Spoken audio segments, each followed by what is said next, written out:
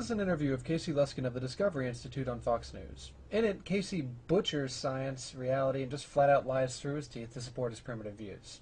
Now, please note that this is the same clown who felt himself qualified enough to critique a peer-reviewed publication about the evolution of the tetrapod arm without even knowing the names of the major bones of the arm. Welcome back. When a Texas Board of Education approved objections to evolution in textbooks, the fight over how to teach the subject, evolution, should have been over. But some textbooks are still getting it wrong, raising the question, should the board be stripped of its power to choose textbooks? Joining us right now from the Discovery Institute, an organization that has been heavily involved in the Texas case, is Casey Luskin. Good morning to you, Casey. Thanks for having me. Okay. Now, your problem, and the whole thing, creationism versus Darwinism, is white hot these days. Your main problem with science books is that they take a one-sided look at evolution, right? That's exactly right. Unfortunately, the vast majority of biology textbooks today really censor from students any of the science that challenges Darwin. No, Luskin, the science doesn't challenge Darwin. You simply don't understand science and don't understand how factually inept your arguments are. For example, let's take a flat earther who stands up and says, yeah, well, if the earth is really round, then why don't all the Asian people fall off of the bottom? That's exactly what Luskin is doing. He's not understanding the arguments and therefore views the concept around earth, evolution, as being false because he thinks that he has this big hole. But again, his knowledge is so limited that he doesn't understand that those quote-unquote holes don't really exist. This is not about teaching creationism. This is simply about allowing students to hear about some of the evidence that challenges evolution as well as the evidence that supports it. Right, exactly. Now, and you told me during the break about 100% of the mainstream books get it wrong regarding evolution. And for instance, Haeckel's embryos, how do they get that wrong, all the books? Well, there are biology textbooks in use today that use these drawings of vertebrate embryos, things like chickens and cows and humans. And biologists have known that these drawings were fraudulent for over 100 years. But what these drawings do is they obscure the differences between the early stages of embryos in order to make it look like all these different vertebrate groups share a common ancestor. But we've known for hundreds of years, for decades, that these drawings are fraudulent, and they are still in many textbooks that are used today. And we think that students should be getting, the most accurate and objective evidence for evolution, not these fraudulent drawings. Okay, it's time that we address the creationist favorite, Haeckel's embryos. Okay. It's a well-known fact that organisms, while they're developing, converge during their phylotypic stages to appear very similarly. That's really not disputed. Dolphins and snakes both have leg buds, chickens look like humans, it's a fact, it happens. Now, what Haeckel falsely believed was that a vertebrate organism passed through different stages reflecting its evolution. So, for example, he argued that a human being would pass through a stage where it looked like a fish, then an amphibian, then a reptile, then onto the mammals that we are. He based this belief largely on an assumption that DNA couldn't really change, which, by the way, is a creationist favorite. That DNA had certain constraints, and that the embryo was sort of locked into its developmental course, and that modifications happened in the adult human being, or in the adult animal. We now know this to be false. So what Haeckel did was to exaggerate these similarities to demonstrate his point. So think of a caricature, where the prominent features of a person are made much more prominent.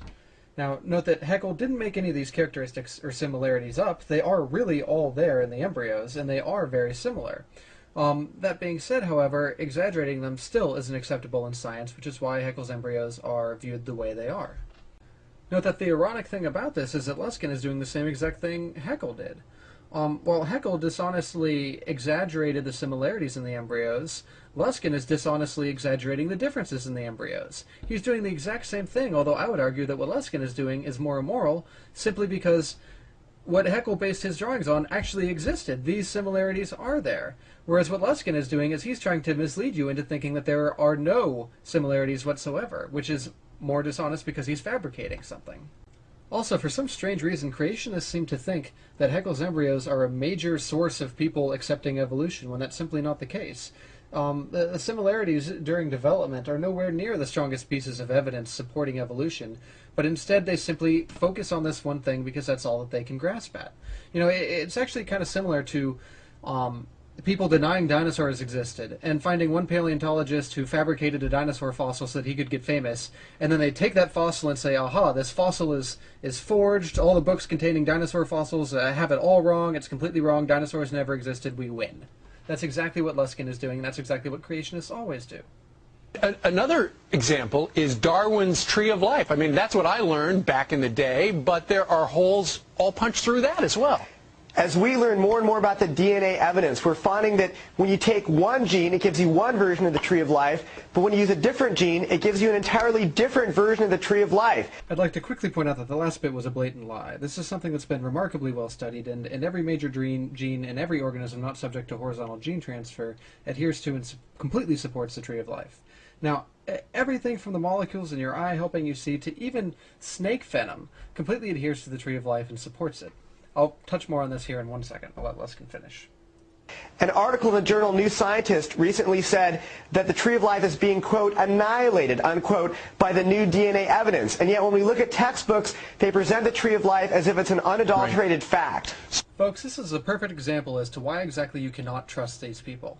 What the article in New Scientist demonstrated was that there was much more horizontal gene transfer early on than what we thought.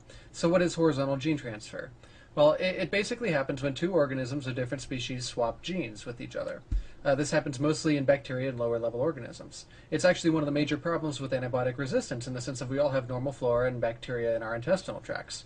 Well, what happens when we take antibiotics is that we select for our normal flora that are resistant to those antibiotics because they have the resistant genes. Now what happens later on when we get a pathogenic infection is that those resistance genes from our normal flora can actually be passed to the pathogenic bacteria, causing them to become resistant to antibiotics too.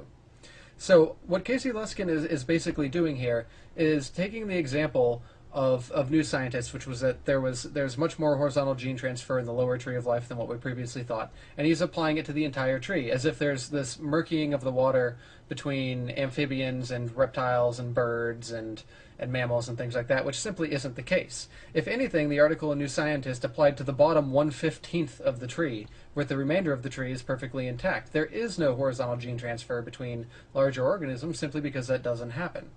Now, as far as why shouldn't that be included in the textbook, do you really think that it's appropriate to be telling a third grader, well, it's not really the Tree of Life, it's actually the web of life because there's much more horizontal gene transfer in far primitive organisms? No. Sorry, that's simply not appropriate. The Tree of Life is an appropriate description for the vast majority of the tree and for what's trying to be portrayed here. Luskin simply doesn't count on you being able to know that. So what it comes down to for you is 100%, near 100% of the textbooks get it wrong. You're not taking a side whether evolution is right or creationism right. You're just simply saying if the textbooks are going to be teaching evolution, get it right because everybody's getting it wrong.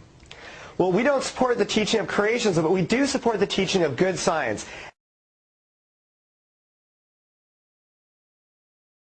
And the best science shows that there is a real scientific controversy over this. All right, Casey Luskin joining us from the Discovery Institute in Seattle. Casey, thank you very much. Thank you. There may be some sort of controversy in the land of dishonest troglodytes, but in the scientific community, there is no controversy, and there hasn't been for at least 100 years. Well, what gets me here the most is probably the hypocrisy. So, I mean, here we have a guy who's willing to go on the picture tube and tell lie after lie after lie and butcher science at the same time claiming to have the moral position and preserve science. I mean, even Holocaust deniers don't stoop to this level of hypocrisy. Casey Luskin of the Discovery Institute, ladies and gentlemen, give him a hand. And here it is, your moment of Zen.